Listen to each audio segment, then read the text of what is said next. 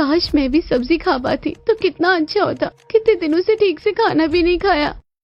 मन में ऐसा सोचकर प्रीति वहां से घर वापस आने लगती है और रास्ते में उसे उसकी पड़ोसन मिल जाती है। अरे प्रीति बेटा, तुम कैसी हो? बस आंटी जी, मैं कैसी हो सकती हूँ, सब ठीक ही है। क्या बात है बेटा, तुम्हारा मुंह इतना मुरझाया क्यों है?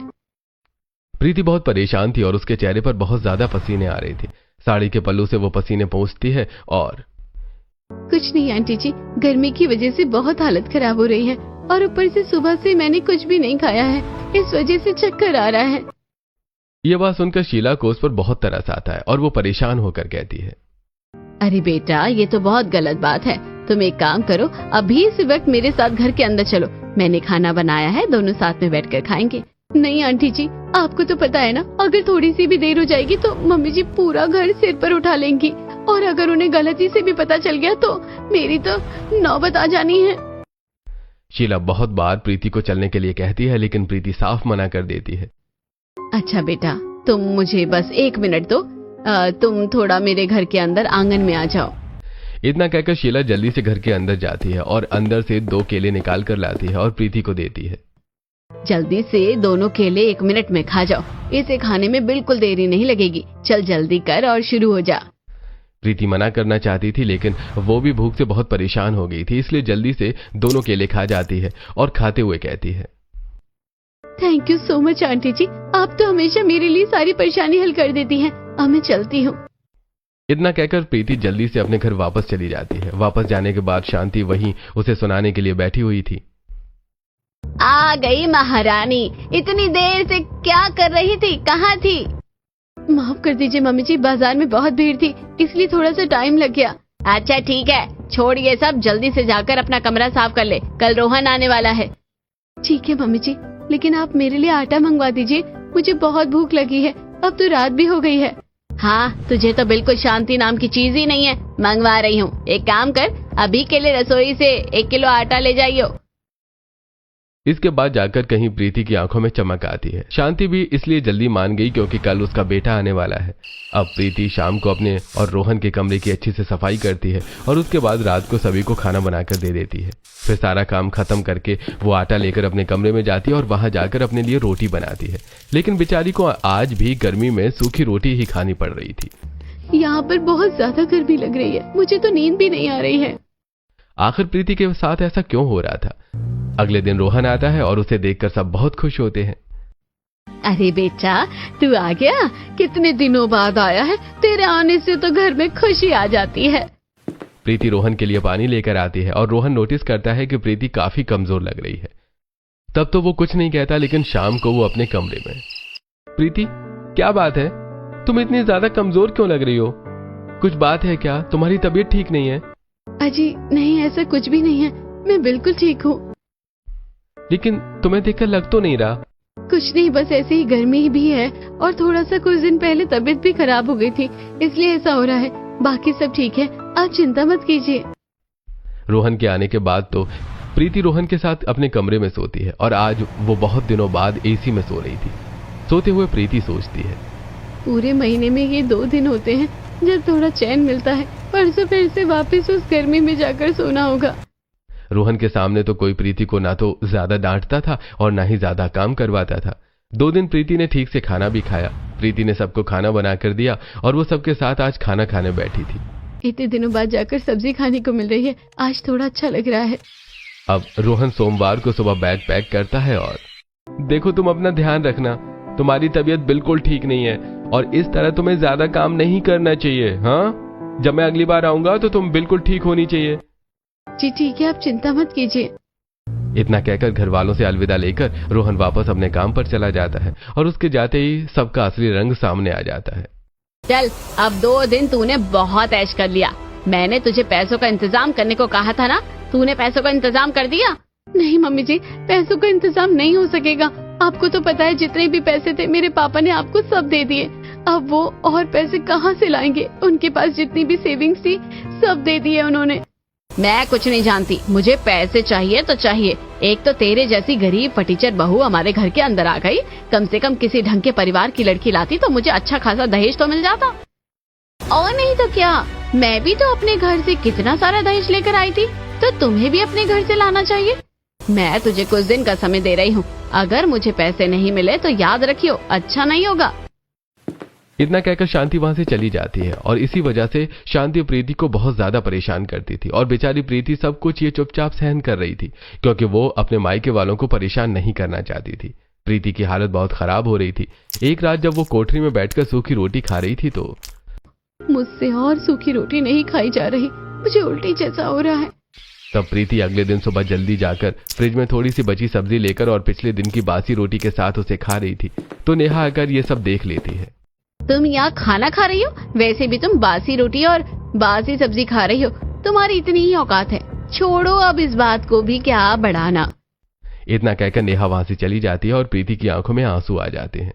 मैं क्या करूं?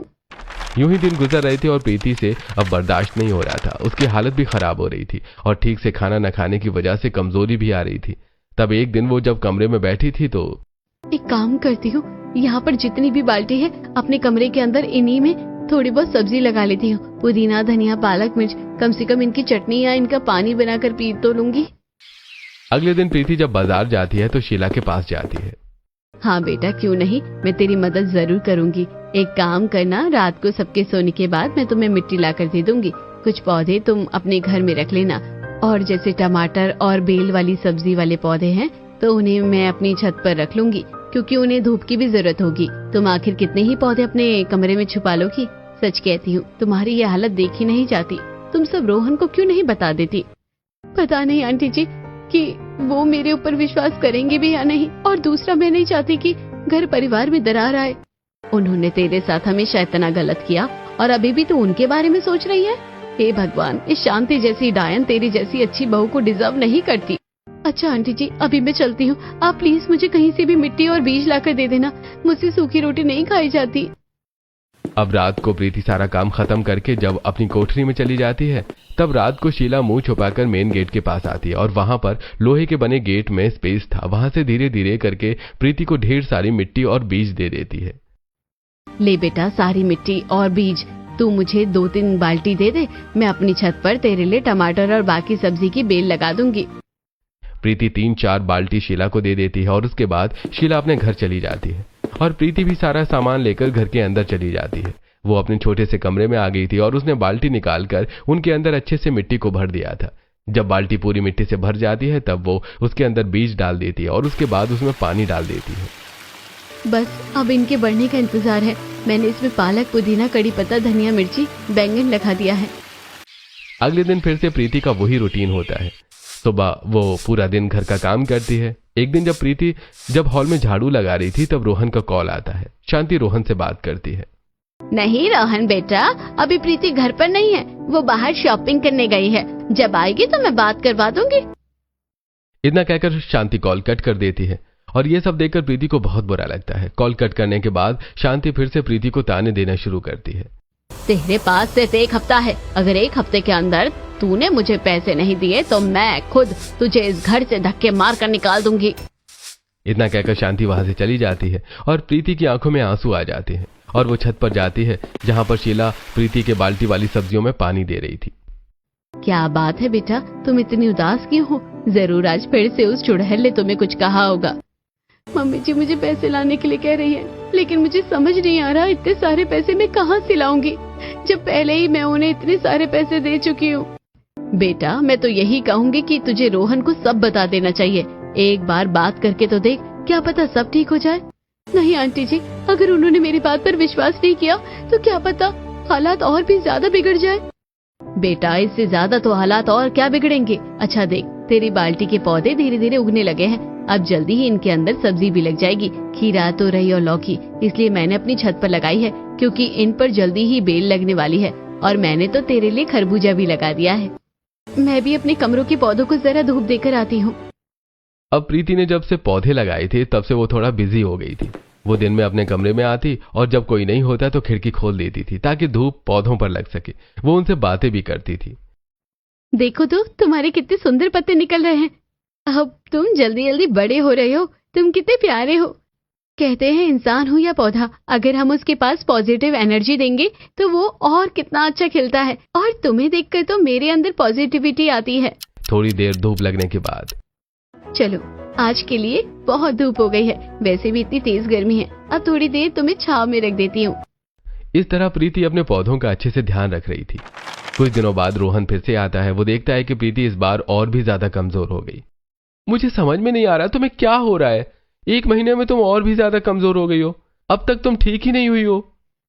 मुझे कुछ नहीं हुआ है, सब ठीक है, आप इतनी चिंता मत कीजिए। ऐसे कैसे न करूं, कुछ बात है तो मुझे बताओ। मैंने कहा ना कुछ बात नहीं है। रोहन के बार बार पूछने पर भी प्रीति कुछ नहीं बताती और मना कर देती है। रोहन को कुछ ठीक नहीं लगता और वो भारी मन से वापस चला जाता है। प्रीति पूरा दिन घर का काम करती है और जब भी उसे समय मिलता तो अपने पौधों से आकर बातें करती।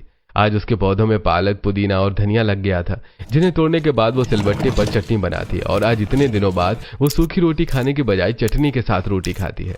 आज खाना उसे अच्छा लग रहा था। आज कितना अच्छा लग रहा है। अगले दिन प्रीति सारा काम खत्म करने के बाद छत पर जाती है और बेटा तू सही समय पर आई है, देख खीरा भी लग गया है, जल्दी से खीरा तोड़ कर ले जा और घिया भी तोड़ ले। आज रात को सब्जी बना लेना। ले मैं तेरे लिए मिर्च मसाला लेकर आई हूँ, कढ़ाई भी रख ले। अभी जल्दी से सारा सामान ले जा। शांति और नेहा दोनों घर पर नहीं है, जल्दी से अच्छा खाना खा ले। Thank you so much aunty ji, आप बहुत अच्छी हैं।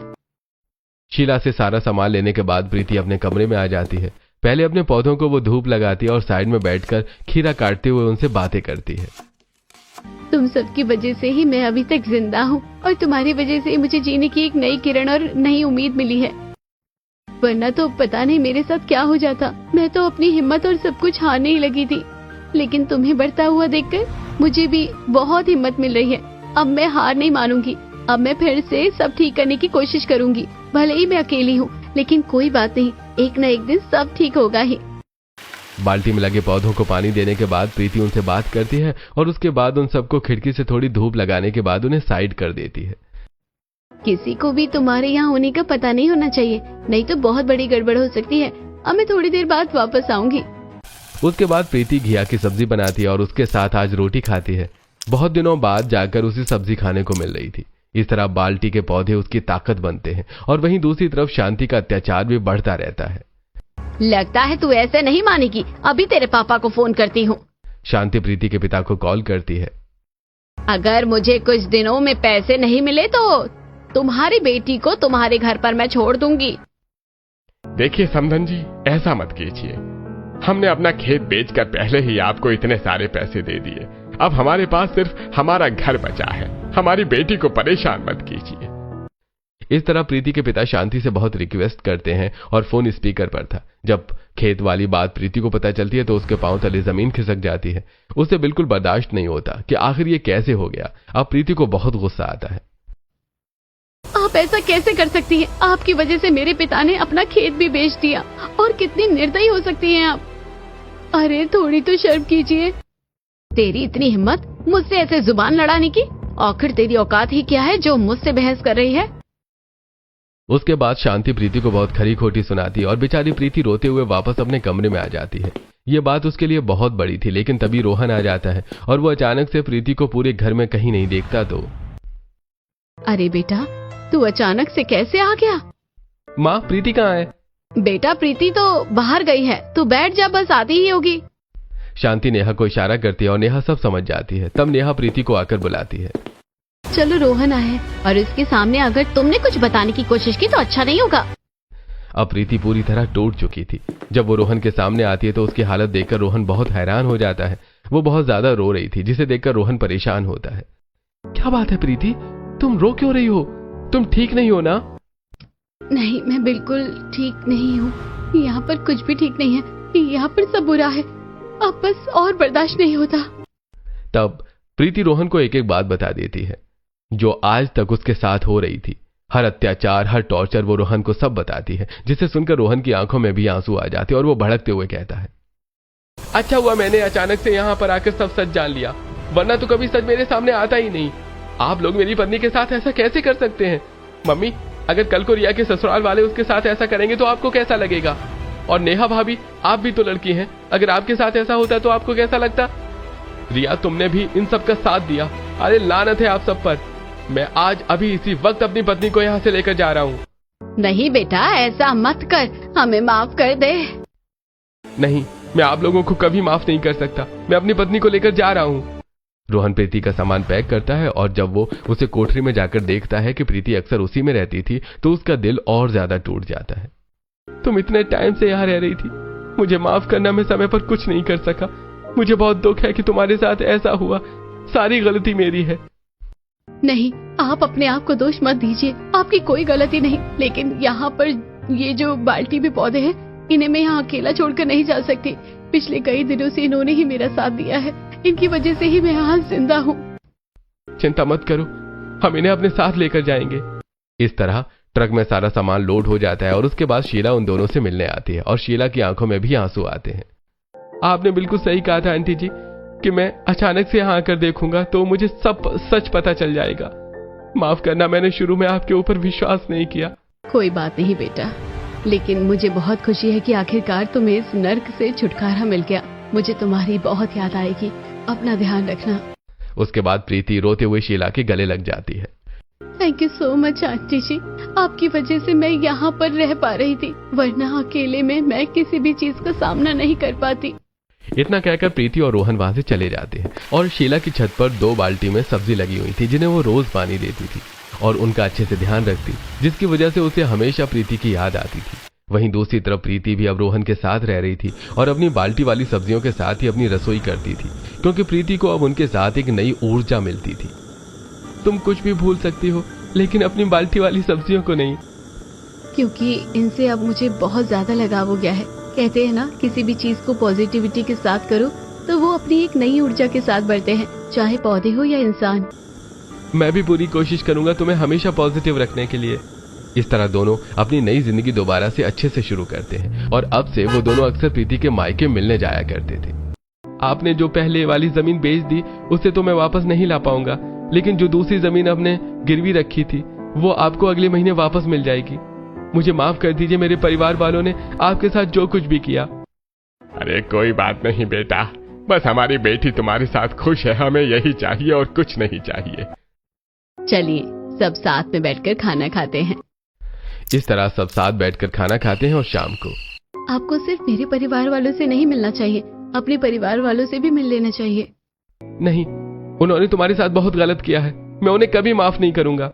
वहीं दूसरी तरफ बाकी सबको भी अपनी गलती का एहसास था। हमें ऐसा नहीं करना चाहिए था। मेरी छोटी बहू ही मेरा इतना ध्यान रखती थी, इतना ताना सुनाने के बाद भी आज तक उसने मुझे उल्टा नहीं बोला। बड़ी बहू तो अब ठीक से कुछ भी नहीं कर पाती। मैंने हमेशा गलत में तुम्हारा साथ दिया, अब इन सब चीजों की वजह से हमारा बेटा भी हमसे अलग हो गया।